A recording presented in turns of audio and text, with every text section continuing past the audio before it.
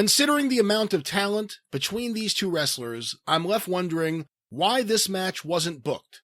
Did Jim Cornette or anybody else in the office ever pitch the idea of Shawn Michaels and The Rock working a program together? Or was the heat just too big between them due to Michaels' awful attitude towards The Rock's grandmother, who is running the Polynesian Pacific Territory?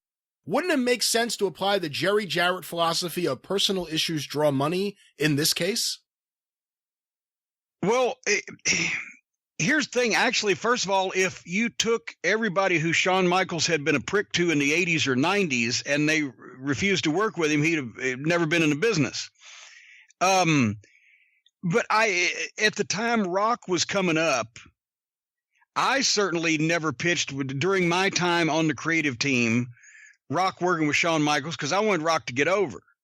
And I didn't pitch anybody. If Vince instructed us, here's who I want to work with Shawn, and here's the kind of way I want it to go, and we need ideas. That's where you get started, right? I would never pitched at that point anybody to work with Shawn Michaels, because anybody I was pitching, I would have wanted them to get over, and he and the rest of his cronies would have buried him, except if they were in his group already, and then he'd make them look like $1 million fucking dollars. It's amazing how that turned out. Scott Hall, Kevin Nash, everybody in the world that he liked had their best matches with Shawn, or it could, turn south. But anyway, I don't. Do you know the specific incident where Shawn was a dick to Lee Maivia, or because I don't even know if I know that one. I've heard that it happened. I don't know the specific incident. Well, I mean, that's why I'm saying if Shawn Michaels was at a wrestling show, why do you think he got fired after he was in New York for 3 weeks the first time in the 80s with the Rockers?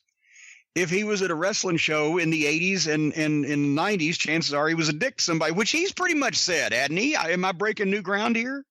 No, I think he, when he found God, all of a sudden he admitted he was a dick for many years. Yeah, it's funny how that works out. Yeah, he cut his hair. Did you see he cut his hair?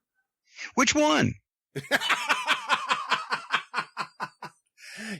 He no longer looks exactly like someone who was hit by lightning. Now he changed it. Still has the bad fake tan and the cross eyes, but now he's embraced the male pattern baldness. He'll come in looking like the fucking professor in Back to the Future here in 10 more years at the Hall of Fame or something. No, he won't. That guy had hair. But anyway, our next question, Jim,